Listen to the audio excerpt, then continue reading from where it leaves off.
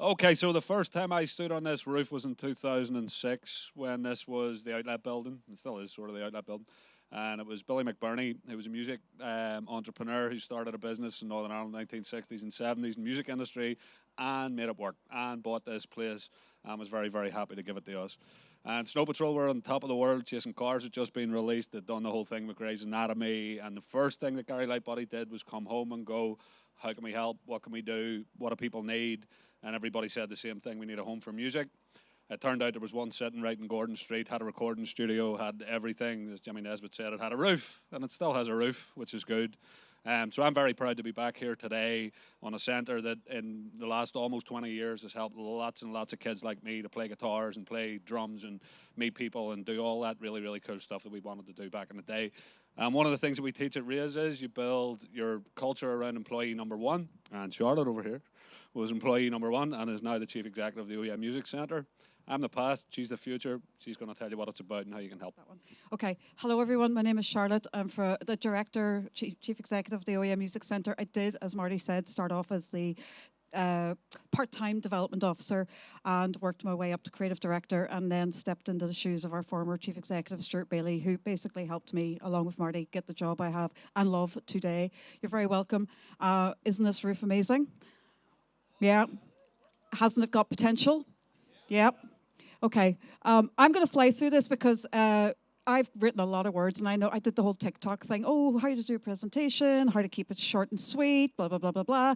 I can't get 16 years of what we've done down to 4 bloody, bullet points per thing. But anyway, I thought I'd show you this photo, and I'm going to email it to anybody that wants it after, because everything you need to know is in this presentation. But there's a lovely photo of the very, very early days with Peter Hain, the former Secretary of State, with Marty, Gary Lightbody, Stuart Bailie, and Davy Matchett, all of the men that made it happen, and they all look so much younger and so much thinner. That's a little bit of how it used to look. And again, I'd love to give anybody a tour, or if you want to come back to have a look around this building and how it has transformed on piecemeal funding, very little. And it's been the dedication of people that's made it work over 16 years. But yeah, I mean, we'd stirred up a ladder with a paintbrush and various other things. So, okay, I'm not going to go into too much detail, but that's my lovely team there. There's 10 of us. And we do a hell of a lot for a very small team. We're set up as a charity, and it's all about making. We believe that music can change lives, and we can develop the industry of music, and we believe that we have the best talent in the world. It just needs a little bit of help in terms of infrastructure and business development, and so that's why we exist. And we have changed a lot of things for a lot of people working in music, and I love how music can cross into lots of other sectors as well, particularly the tech sector. So, we're funded through grants and trusts and foundations, local councils, donors, and self-generated income, which is getting stronger and stronger. Our bar, the rooftop, and the potential of the rooftop, we think we can probably double or triple our self-generated income if we can just get this building finished. We do it because we believe that music is a great resource in Northern Ireland, a catalytic, I can never say that word, agent that changes lives for the better. Look, I've put a whole list of things there about what we do. We're all about promoting, developing, including strengthening and sustaining music. And, it's all about mental health and well-being. It's about the economic contribution we make. It's about the great talent we have here and promoting it. And then how we do it with lots of different programs. The physical building has been the real key to this, having somewhere for people to come and meet each other and create and perform and network and hang out. It's been the key to why it's worked. We include rehearsal rooms, but we've lots of programs as well. So we kind of go talent development, the aspiring artists that are coming through, but also the access to music and the programs that we have for young people when you just want to let them have a go at something in terms of music, but also just to build confidence. My colleague Paul is in the room. I'll just give you a quick story. Paul goes out into residential homes and folds and plays music to people living with dementia. And I remember one time there was a lady hadn't spoken for 3 months, catatonic, head down, and he played "You Are My Sunshine," softly, softly, and played the song, and the head went up, and she just started singing. And that is why we do what we do at the OEA. Yes, I mean, I know you can't really see this, so there's lots of really lovely photos of great things happening. Right, on to the reason I'm here. Hopefully I've got time to say why. We're really, really unique. There's absolutely, I know, well, true, actually. But there's no other building or organization like ours. We are completely unique. Around the world, people have said to us, how does your model work? How can we have something like what you've got? We have local, national, international profile. You know, we've had nearly 1 million people through the doors. We support 250 early stage artists a year, and about 50 of those are mid-career, and about 5 are like, you know, getting close to the top.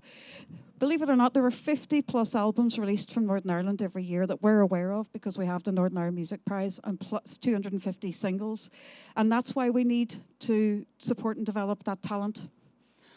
Music creators are the lifeblood of the Northern Ireland music scene. They account for 75% of the sector's overall GVA. That makes me sound like I know what I'm talking about. Northern Ireland's music contributes, this is amazing, 345 million to the economy and supports 6,500 jobs. And of course, UNESCO. If anybody didn't know, we are a UNESCO City of Music. We were involved in the process. It's a major acclaim. We're part of now 50 cities around the world, and there's a lot we can do there in terms of international focus as well. And of course, it benefits the community. So what is it that we need to do? Why do we want to do it? Well, the serious stuff now in terms of, you know, it's not all rosy in the garden. Music is fantastic and wonderful, and it does great things. But the arts and music are chronically underfunded here. Chronically underfunded. It is crazy. So, and to just give you a bit of context, I think it's £5.44 per capita in Northern Ireland, whereas in Wales it's £10 a head, and in the Republic it's £25.90. It's staggeringly wide, ridiculous. That is the situation we're in. But in spite of this, we have succeeded, we have grown, and we are growing. But it is difficult. It really, really is difficult. And we're just kind of at that point where we're like, if we could fix this building, if we could change, if we could just do the things that we need to do, and we just need that bit of help over the next couple of years to finish the building. We can do more, we can do it better, we can generate more income, we can help more people. So we have a major capital renovation plan in place because this building means everything to me and the people that work here and all the people that use it. There's high demand. We're at capacity. Every room in the building is used all the time by young people and anybody working in music. We have a proven track record. We have young people coming through the doors all the time asking for work experience and various other, things. Can I do freelance? Can I do this? Can I do that? We have 12 businesses based in this building. They're all doing great work. We've got a festival, record company, and various other things. We here in the Cathedral Quarter, we were one of the first people in this area, and now look at it. It's oh yeah, and the Black Box, I think, and the Circus School were the first to be here, and now look at the place. We're integral to this area. So we're making Belfast a better place to work, live, and visit. And of course, everything we do is about pride and confidence in what we can achieve. So imagine what we can do with really proper investment. So how can you support those of you in the room that might be able to support? And it could be financial, or it could be you just know somebody that can help, or you might have contacts, or you might have guidance or experience. So to cut it down, because I know I'm running low, there are two things. One is our programs and all the lovely things that we do. And it can be anything from our talent development program to keeping a staff member on board for another while, to helping us rebuild our website, which is not great, to AR and VR projects, which we're really interested in looking into with our music exhibition, because our music exhibition documents the story of music. There's an archive project there waiting for a digital revolutionary idea. And then the big project is the building and the facilities. First of all, this rooftop. If we can fix up the rooftop, we can start generating more income, because funding is becoming so difficult, and we can start bringing money into the organisation that can help people. Match funding towards the Capital Works plan, upgrade of the exhibition, environmental. We're really keen on becoming an example of best practice as a venue in everything that we do that saves money and saves the environment and the planet. Professional advice, renovations. So the future proofing of the building, renovations and upgrade, we're looking at and probably acquisition of the building as well. We're in negotiations with our landlord. Is for between £4 and £6 million. If you were to sit down and go, well, you know what, I'd like to support a programme, I like what you do, you're talking about £20,000 to 150 grand. So that's the sort of thing we're kind of looking at the minute. We're thinking big. I was told to think big, I'm thinking big. Yes, so the impact that you'll have if you do support, you're going to be providing people with a chance, and we can stay here and be a world-class music hub from here. And I won't go into it too much because I've got to kind of wrap up. But I will send this to you. There's a great lyric from a band called Stiff Little Fingers, and it's Grab It, Change It, It's Yours.